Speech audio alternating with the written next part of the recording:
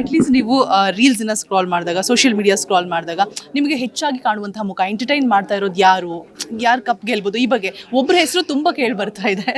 ನನಗೆ ನಿಜ ಇದ್ರ ಬಗ್ಗೆ ಮಾತಾಡಿದ್ರೆ ನನಗೆ ಯಾರೂ ಗೊತ್ತಿಲ್ಲ. ಬಿಗ್ ಬಾಸ್ ನನಗೆ ಅನೇಕ ಸಲ ಕೇಳಿದ್ದಾರೆ ಅದಕ್ಕೆ ಸೇರ್ಕೊಳ್ಳೋಕ್ಕೆ, ಅದ್ರಲ್ಲಿ ಭಾಗವಹಿಸೋಕ್ಕೆ. ನಾನು ಕಾರಣಾಂತರಗಳಿಂದ ಅದ್ರಲ್ಲಿ ಭಾಗವಹಿಸಿಲ್ಲ. ನಾನು ಒಂದ್ಸಲಿ ಒಂದು ಸ್ಟೇಟ್ಮೆಂಟ್ ಮಾಡಿದ್ದೆ, ಬಿಗ್ ಬಾಸ್ ಹೌಸ್ಗೆ ಹೋಗೋಕ್ಕಿಂತ ನಾನು ಒಂದು ಟ್ವೀಟ್ ಮಾಡಿ ಜೈಲಿಗೆ ಹೋಗೋಕ್ಕೆ ನಾನು ರೆಡಿ ಇರ್ತೀನಿ ಅಂತ ಒಂದು ಟ್ವೀಟ್ ಮಾಡಿದ್ದೆ. ಅದು ಒಂದು ಇಂಟರ್ವ್ಯೂ ಮಾಡಿದ್ದೆ. ಸೊ ಐ ವುಡ್ ರಾದರ್ ನಾವು ಹೋರಾಟನೇ ನಮ್ಮ ಮುಖ್ಯ.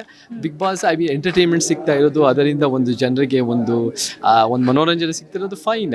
It's fine. ಬಟ್ ನಾನು ಅದ್ರ ಬಗ್ಗೆ ನಂಗೆ ಜಾಸ್ತಿ ಗೊತ್ತಿಲ್ಲ. ಯಾರು ಕಪ್ ಗೆಲ್ತಾರೆ, ಯಾರು ಸೋಷಿಯಲ್ ಮೀಡಿಯಾದಲ್ಲಿ ಟ್ರೆಂಡಿಂಗ್ ಅಲ್ಲಿದ್ದಾರೆ, ನಿಮ್ಗೆ ಯಾವ ವಿಚಾರಗಳು ಗೊತ್ತಿಲ್ಲ? ಅದ್ರ ಬಗ್ಗೆ ನನಗೇನು ಗೊತ್ತಿಲ್ಲ. ಗಿಲ್ಲಿ ಬಗ್ಗೆ ಗೊತ್ತಿಲ್ಲ. ಗಿಲ್ಲಿ ನಾನು ಒಂದ್ಸರಿ ಮೀಟ್ ಮಾಡಿದ್ದೀನಿ. ಈಸ್ ಅ ಟ್ಯಾಲೆಂಟೆಡ್ ಗೈ. ಅವರು ಬೇರೆ ಇದೆಲ್ಲ ಒಂದು ಆರ್ಟ್ ಇದು ಬೇರೆ ಕ್ರಿಯೇಟಿವ್ ಆಗಿ ಮಾಡ್ತಾರೆ ಅಂತ ಗೊತ್ತಿದೆ. ಅವರು ವೆರಿ ಗುಡ್. ಅವ್ರಿಗೆ ಚೆನ್ನಾಗಾಗಲಿ. ಮತ್ತು ಇನ್ಯಾರಾದರೂ ಇದ್ದರೆ ಅವ್ರಿಗೂ ಕೂಡ ಚೆನ್ನಾಗಾಗಲಿ ಅಂತ ಹೇಳೋಕ್ಕೆ ಇಷ್ಟಪಡ್ತೀನಿ. ಬಿಗ್ ಮನಿನೇ ಯಾಕೆ ಸರ್ ಜೈಲು ಅಂತ ಹೇಳಿದ್ರಿ? ಬಿಗ್ ಮನಿ ಜೈಲ್ ಅಂತ ಹೇಳಿಲ್ಲ. ನಾನು ಬಿಗ್ ಬಾಸ್ಗೆ ಹೋಗೋದಕ್ಕಿಂತ ನಾನು ಜೈಲಿಗೆ ಹೋಗೋಕ್ಕೆ ರೆಡಿ ಇರ್ತೀನಿ ಅಂತ ನನ್ನ ವಾದ. ಯಾಕಂದರೆ ಬಿಗ್ ಬಾಸ್ಗೆ ಹೋಗೋದು ಒಂದು ಮನೋರಂಜನೆಗೋಸ್ಕರ, ಅದು ಬೇರೆ ಕಾರಣಗಳಿಗೆ ಜನ ಸೇರ್ತಾರೆ. ಬಟ್ ನನಗೆ ಜೈಲಿಗೆ ಹೋಗಬೇಕು ಅಂದರೆ ಅನ್ಯಾಯದ ವಿರುದ್ಧ ನಿಂತ್ಕೊಂಡು ಹೋರಾಟ ಮಾಡ್ಕೊಂಡು ಜೈಲಿಗೆ ಹೋಗೋದೇ ನಮಗೆ ಭಾಳ ಜನ ಇತಿಹಾಸದಲ್ಲಿ ಮಾಡಿದ್ದಾರೆ. ಅವರೆಲ್ಲ ನಮ್ಮ ಮಾದರಿಗಳು. ಸೊ ಅದನ್ನು ನಾವು ಮಾಡಬೇಕು ಅಂದರೆ ಪ್ರೆಫರಬ್ಲಿ ವಿ ಅವಾಯ್ಡ್ ಜೈಲ್.